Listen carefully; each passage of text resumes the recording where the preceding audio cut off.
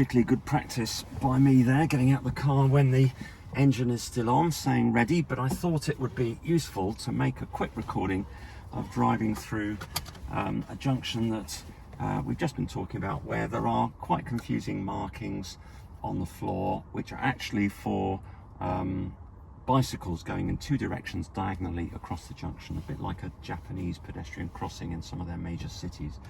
They're called elephant's footprints in this country, but there are no markings for the motor traffic at the crossroads we'll be coming to tell them where to wait. So it'll be up to any driver approaching to decide where they want to position in order to have the most convenient job of leaving the junction when it's safe, but not stopping in a place that blocks other people's ability to move in different directions through the junction. So I'm approaching this speed cushion with my driver's seat lined up with the bottom right hand corner of the white triangle. That gives me a comfortable ride. Check right and left. There are no pedestrians, so I'm not even going to signal left here because there's nobody to communicate with, including those pedestrians. Nobody coming through on the right. Checked into my blind spot as well as I go across more than one lane.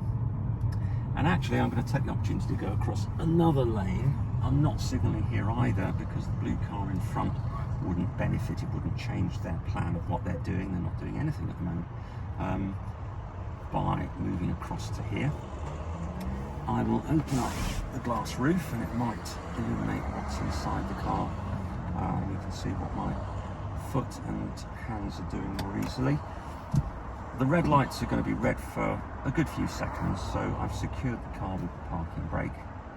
It's getting pretty hot all of a sudden, 22 degrees, probably because I've put the windows up. Let's put my window down and the one behind me a little bit. So here I'm using circumstantial evidence. I can see the traffic stopping over there, and I've checked nothing's coming through on a red light on the right hand side, and that gives me a clue that the signals are likely to change. I'm up to the speed limit. I'm being followed very closely by a big red car at the moment. I'm going to signal right nice and early so that that red car has got plenty of chance to drop back. They're not doing. I thought they might try and move into the lane on my left because they could go straight ahead from there.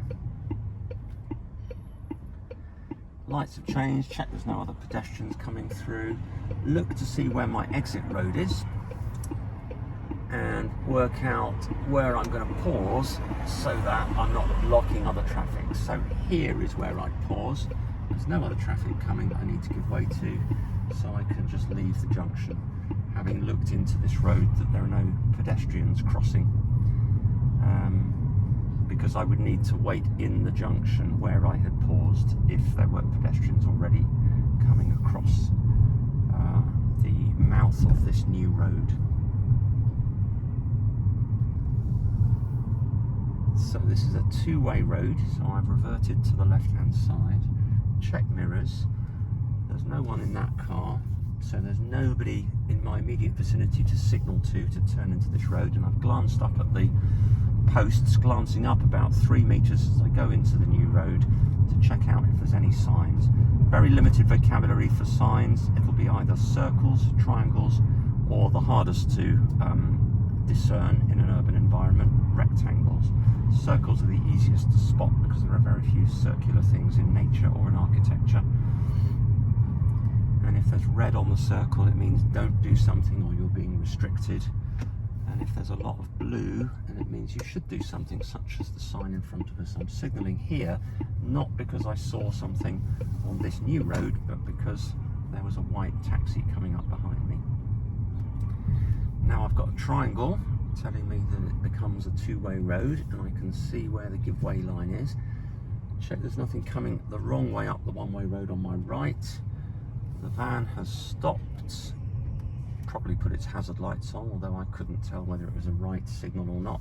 I'm going very slowly because there might be pedestrians about to come past, and because I'm going slowly I can give my signal relatively close to the junction because I'm still giving at least 3 seconds for anybody around in a different direction than I'm focused on at that particular moment, as I try and see if there's anybody coming from my right, anybody around to notice what my plan is, or more specifically to notice that my car is slowing down and the wheel on the front is changing its angle, and those physical things give the best indication of where somebody is going. The flashing light is really just to attract your attention. Like here, I can see flashing lights on two vehicles, and I just need to look at those vehicles and see, are the wheels turning, are doors opening, are people walking around near them, is there equipment being loaded or unloaded, that kind of thing. Vehicle on the right with a right indicator on, usefully attracting my attention. Couldn't see the reversing light because I think that model of car has only got one reversing light, and it's on the left-hand rear corner. But it was quite handy that their flashing right-hand indicator was on. They must have left it on since they turned into their driveway. Checking out the side road frequently, keeping updated with what's behind. You may be interested to know why I didn't change anything when that black bird flew in front of the car. It's because anything with black feathers has a pretty good intelligence, and they're very likely to have spotted and computed my approach speed, and they'll get out of the way before I manage to actually make contact with them. The ones with a few white feathers as well, the magpies, they're extremely good. Oh, here's that Ford Sierra, very old model car. Used to want one of those when I was in my early 20s. That's a 1990, quite a late build one. It's the only one I know of that's around Birmingham active at the moment. And that's probably enough to cover in this video. So when it's safe, I will pull in on the left, and then I can switch off the recording. Getting ready to signal, check centre and left mirrors, nobody to signal to, doesn't matter there's traffic coming on the other side of the road. I could stop on the double yellow line because it doesn't mean no stopping, it just means no parking or waiting. Parking brake first, disconnect the engine. I can now relax my feet. It doesn't matter if I press either pedal. The worst that's going to happen is that a brake signal will come on if I press the brake pedal. And then I can reach round and press stop, which I can